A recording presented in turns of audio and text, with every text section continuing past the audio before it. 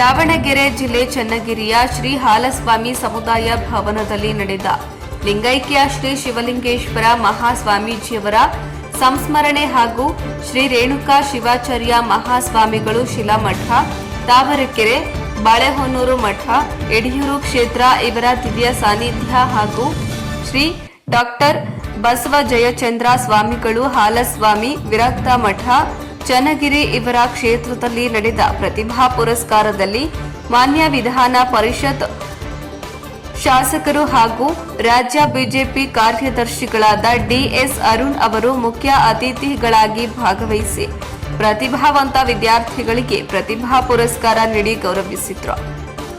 ಈ ಸಂದರ್ಭದಲ್ಲಿ ಮಾಜಿ ಶಾಸಕರಾದ ಮಹಿಮಾ ಪಟೇಲ್, ಪುರಸಭೆ ಸದಸ್ಯರಾದ ಶ್ರೀಕಾಂತ ಮತ್ತು ಎನ್ಬಿ ರೇಣುಕಾ ಪ್ರಸಾದ್, ಎಸ್ ನಾಗರಾಜು ನಾಡಿಗರ ಹಾಗೂ ಭಕ್ತಾದಿಗಳು ಉಪಸ್ಥಿತರಿದ್ದರು. ವರದಿ ದೇವರಾಜ್ ಕೆ ನೆಲ್ಲಿಹಂಕಲು.